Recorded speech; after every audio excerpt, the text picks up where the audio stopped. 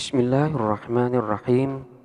Pembahasan kita kali ini masih lanjutan dari pembahasan sebelumnya, yaitu yang terkait dengan makna dari istifham. Pada pembahasan terdahulu telah dijelaskan bahwa istifham ini tidak hanya mengandung makna pertanyaan yang berfungsi sebagai tasdik ataupun tasawur. Namun, di luar itu dalam penggunaannya kadang-kadang lafadz-lafadz istifham itu memiliki faedah-faedah yang lain. Dan untuk kali ini kita akan membahas faedah yang selanjutnya, yaitu faedah yang ke-9. Istifham ada kalanya juga mengandung makna tahwil. Tahwil ini adalah menakut-nakuti atau mengintimidasi. Contohnya seperti lafadz al-haqqatu,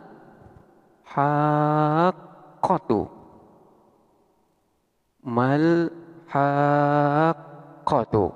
Kemudian dilanjutkan dengan wama adraka mal-haqqatu. Al-haqqatu, hari kiamat. Mal-haqqatu, apakah hari kiamat itu? Wama adraka mal-haqqatu, dan tahukah kamu apakah hari kiamat itu?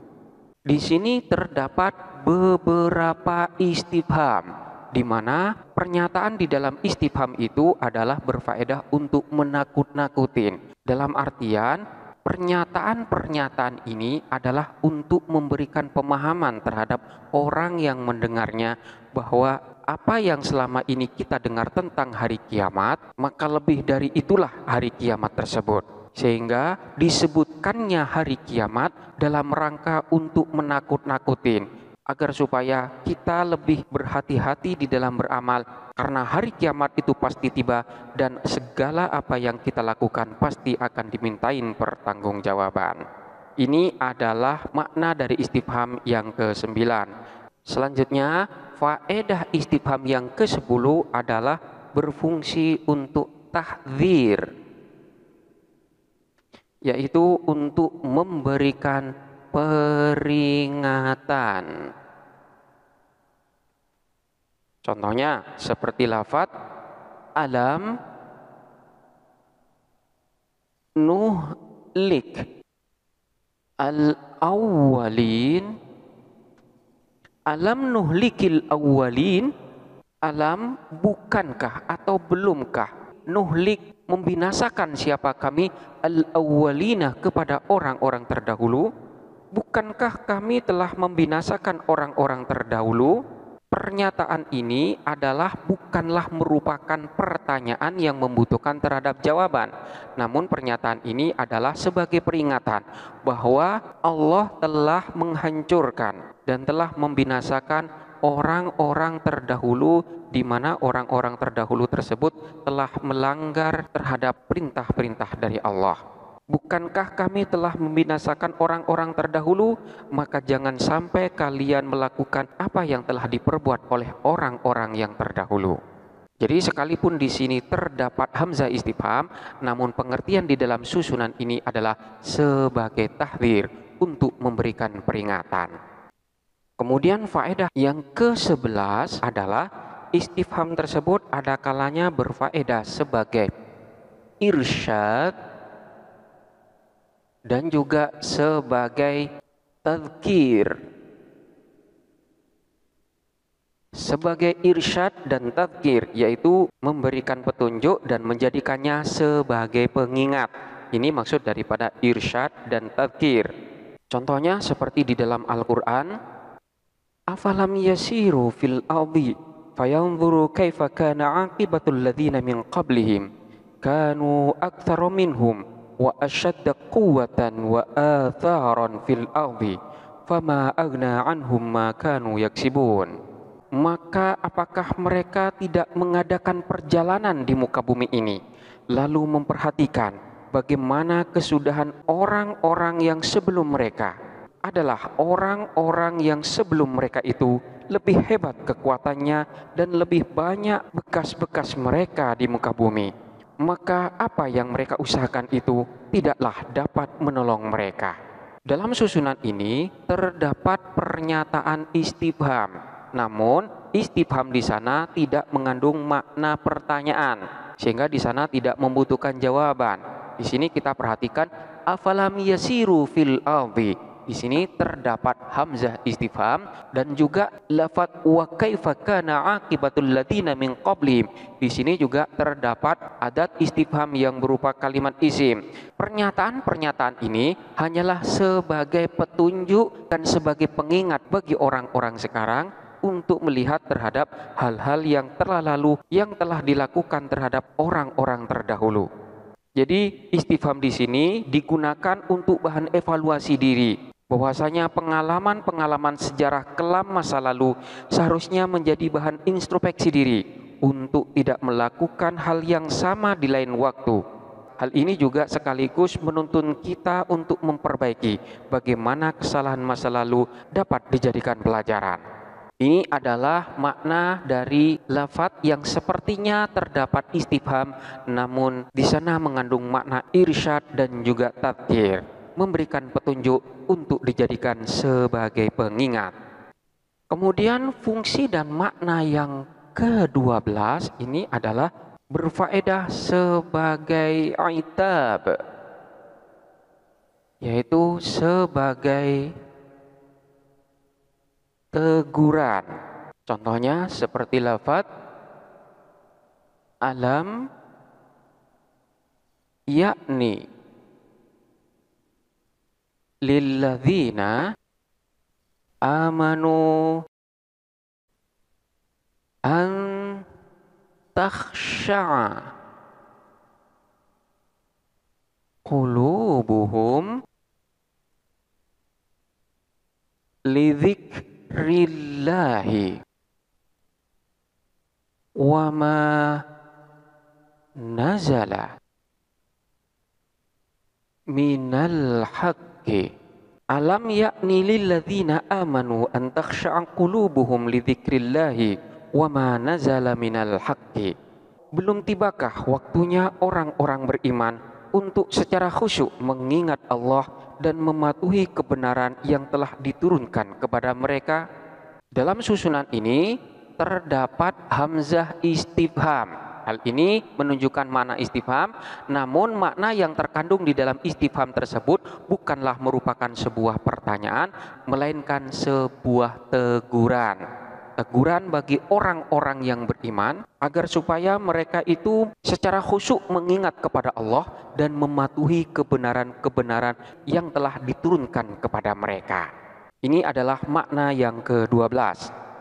Kemudian yang ke-13 ini adalah istifham tersebut mengandung makna sebagai tashil atau juga sebagai takhfif. Tashil atau takhfif yaitu memudahkan atau meringankan. Contohnya seperti wa madza alaihim lau amanu billahi wal yaumil akhiri wa anfaqu mimma razaqahumullahu wa madza alaihim lau amanu billahi wal yaumil akhiri wa anfaqu mimma razaqahumullahu. Apakah kemudaratan bagi mereka jikalau mereka beriman kepada Allah dan hari kemudian dan menafkahkan sebagian rizki yang telah diberikan Allah kepada mereka? Apakah itu sulit bagi mereka? Apakah itu susah bagi mereka? Di sini terdapat istifham, di mana di dalam istifham ini adalah merupakan bentuk dari suatu pernyataan yang mengandung makna memudahkan atau meringankan. Jadi apakah sulitnya bagi mereka seandainya mereka itu beriman kepada Allah dan beriman kepada hari akhir serta menafkahkan sebagian dari rizki yang telah Allah berikan kepada mereka? Jadi ini bukanlah merupakan suatu pertanyaan, melainkan suatu pernyataan bahwa hal itu sangat mudah dan sangat ringan sekali untuk dilakukan. Kemudian yang ke-14 ini adalah mengandung fungsi sebagai tanbih atau peringatan. Contohnya seperti lafaz alam tara kaifa fa'ala rabbuka bi ashabil fil. Alam tara kaifa fa'ala rabbuka bi ashabil fil. Tidakkah engkau perhatikan bagaimana Allah membinasakan pasukan bergajah? Di sini terdapat hamzah istifham, namun di dalam susunan ini bukan istifham yang menuntut adanya jawaban, melainkan istifham yang mengandung makna tanbih, yaitu memberikan peringatan. Tidakkah engkau perhatikan bagaimana Allah memperlakukan atau membinasakan terhadap pasukan bergajah? Pasukan yang sudah dianggap hebat dan dianggap kuat, namun tetap Allah membinasakan mereka. Jadi ini adalah sebuah peringatan bahwa seluruh makhluk Allah di hadapan Allah itu semuanya adalah lemah dan tidak memiliki kekuatan apapun. Ini yang ke-14. Selanjutnya yang ke-15 ini memiliki pengertian sebagai tamanni, yaitu pengharapan. Contohnya seperti fahal lana min syufa'a fayashfa'u lana. Fahal lana min syufa'a fayashfa'u lana. Maka apakah ada pemberian syafaat bagi kami yang akan memberikan pertolongan kepada kami? Di sini terdapat hal yang merupakan adat istifham. Namun istifham di sini mengandung makna tamanni, yaitu mengandung makna pengharapan akan sesuatu. Fahal maka apakah lana ialah bagi kami min syufa'a, adapun pemberi syafaat. Fayashfa'u maka memberikan syafaat siapa mereka? Lana pada kami.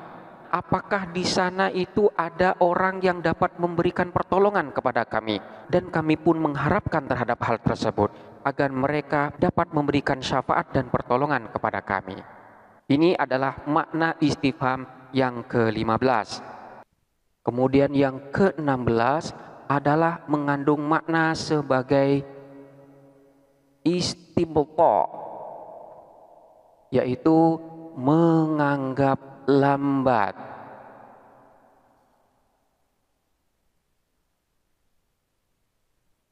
Menganggap lambat terjadinya sesuatu. Contohnya seperti hatta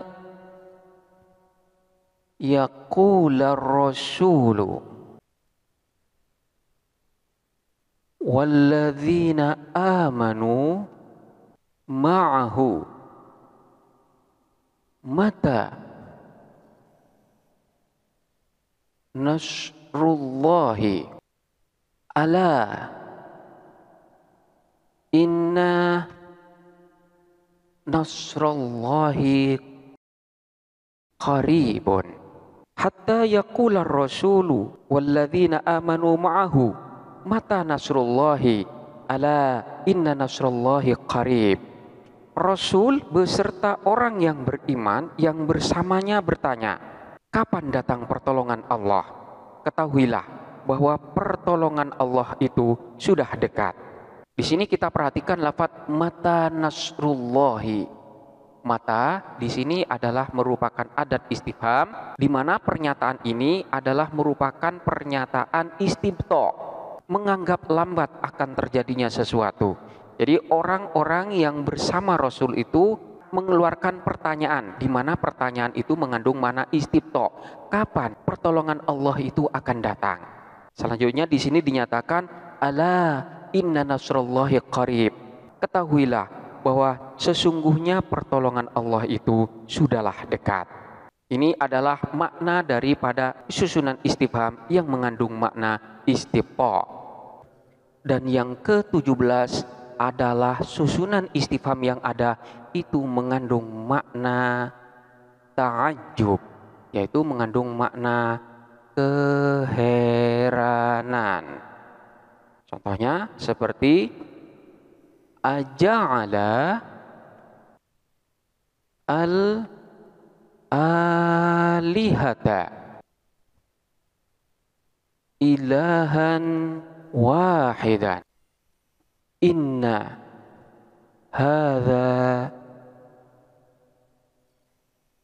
lasyai'un ujab. Aja'ala al-alihata ilahan wahidah inna hadza lasyai'un ujab. Mengapa ia menjadikan Tuhan-Tuhan itu sebagai Tuhan yang satu saja? Sesungguhnya ini benar-benar suatu hal yang sangat mengherankan. Di sini terdapat hamzah istifham yang merupakan adat istifham, di mana susunan ini adalah merupakan susunan istifham, namun makna yang terkandung di dalamnya adalah mengandung makna ta'ajjub, yaitu suatu keheranan. Kenapa mereka menjadikan Tuhan-Tuhan itu sebagai Tuhan yang satu saja? Sesungguhnya hal tersebut adalah suatu hal yang mengherankan. Makna-makna daripada istifham itu sesungguhnya sangat banyak sekali di luar makna yang asal, yaitu yang berfungsi sebagai tasawur ataupun tasdik. Hal tersebut dapat diketahui dari susunan kalimat yang ada. Oleh karena itu di sini kami hanya menyebutkan sedikit sekali tentang makna daripada istifham di luar dari makna dasar daripada istifham. Selain daripada ini, silahkan untuk dipelajari pada pembahasan dan penjelasan dari kitab-kitab yang luas keterangannya. Semoga sedikit dari penjelasan makna daripada istifham ini dapat memberikan wawasan kepada kita bahwa sebenarnya istifham itu memiliki makna yang luas dan pengertian yang banyak sekali. Tergantung bagaimana kita memahami susunan istifham itu sendiri. Silahkan untuk dipelajarin dengan seksama dan sampai jumpa pada pembahasan berikutnya.